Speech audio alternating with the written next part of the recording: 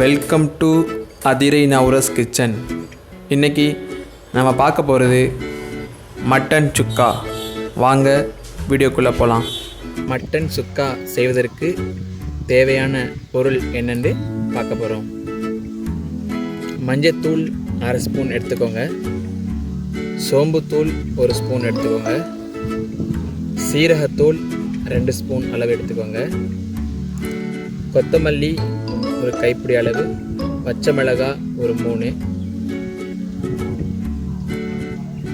காஞ்ச மிளகாய் அம்மியில் அரைச்சி வச்சதை எடுத்துக்கோங்க.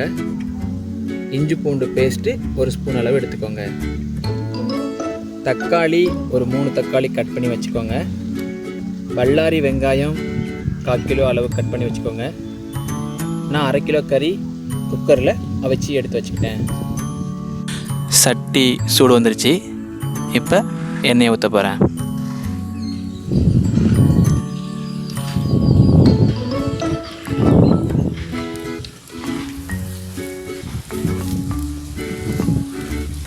எண்ணெய் சூடு வந்துருச்சுன்னு நினைக்கிறேன். கட் பண்ணி வச்ச வெங்காயத்தை ஆட் பண்ண போகிறேன்.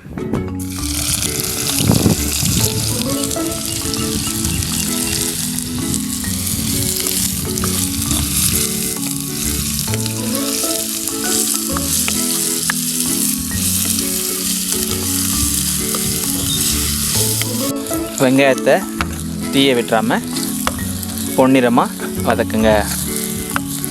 அது அரைச்சி வச்ச இஞ்சி பூண்டு பேஸ்ட்டை ஆட் பண்ண போகிறேன்.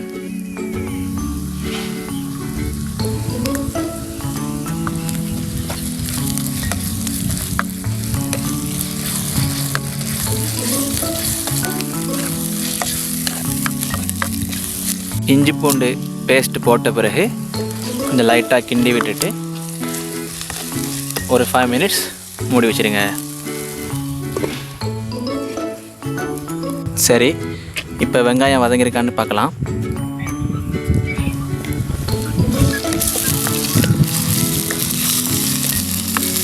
ரொம்ப நல்லாவே வதங்கியிருக்கு. 1/2 டேபிள் ஸ்பூன் மஞ்சத்தூள் ஆட் பண்ண போகிறேன்.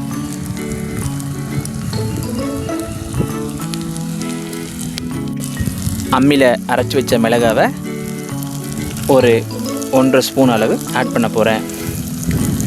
மிளகாய் தூளை விட அம்மியில் அரைச்சது ரொம்ப பெஸ்ட்டாக இருக்கும். நீங்கள் எல்லா சமையலுக்கும் இதை யூஸ் பண்ணிக்கலாம். ரொம்ப ஒரு கலராக இருக்கும், ரொம்ப ஒரு டேஸ்ட்டை கொடுக்கும்.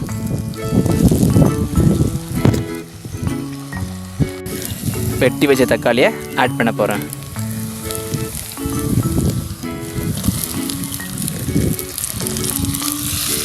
கொஞ்சம் நல்லா கிண்டி விடுங்க.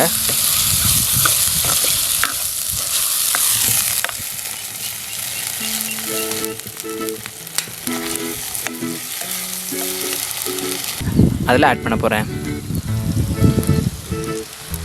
இப்போ ஆட் பண்ணி கொஞ்சம் நல்லா பரட்டி விடுங்க.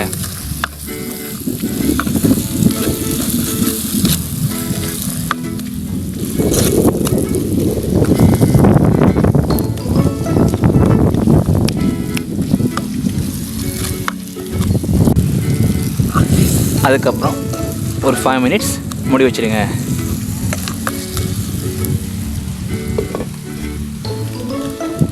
இப்போ மூடியை திறந்து பார்க்கலாம்.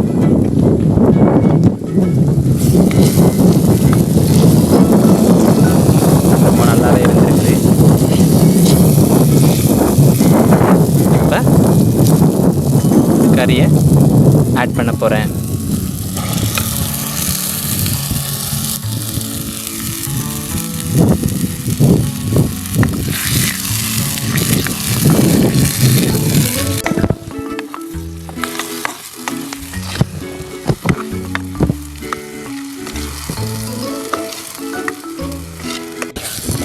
கறியை போட்டு நல்லா பிரட்டிட்டு ஒரு 5 மினிட்ஸ் மூடி வச்சிடலாம்.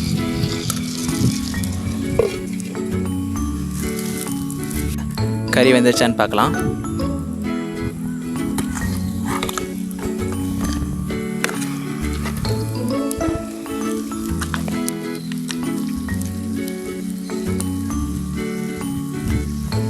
ரொம்ப நல்லா வந்துருக்குது.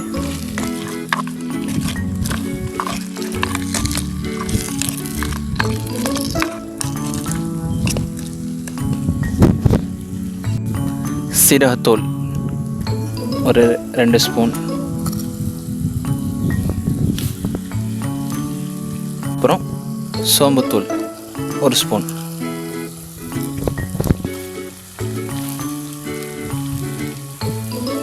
போட்டு நல்லா பரட்டி விடுங்க.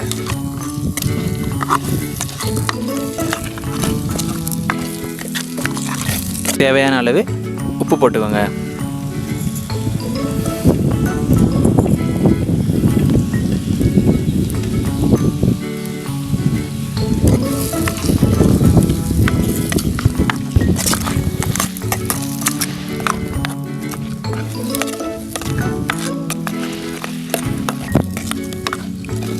அதுக்கப்புறம் ஒரு 5 மினிட்ஸ் மூடி வச்சிடலாம்.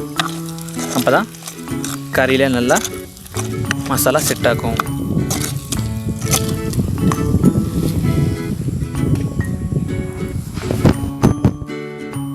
ஃபைவ் மினிட்ஸ் ஆகிடுச்சு. இப்போ மசாலா நல்லா செட் ஆகிடுச்சா, கறியெலாம் நல்லா வெந்திருக்கா இல்லைன்னு பார்ப்போம்.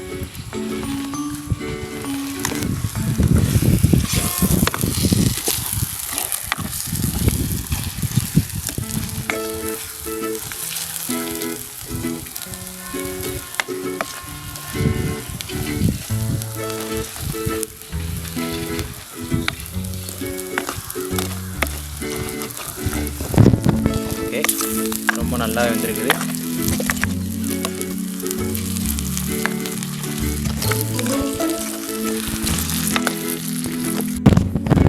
கடைசியாக கருவேப்பிலை, கொத்தமல்லி போட்டு இறக்கிடலாம்.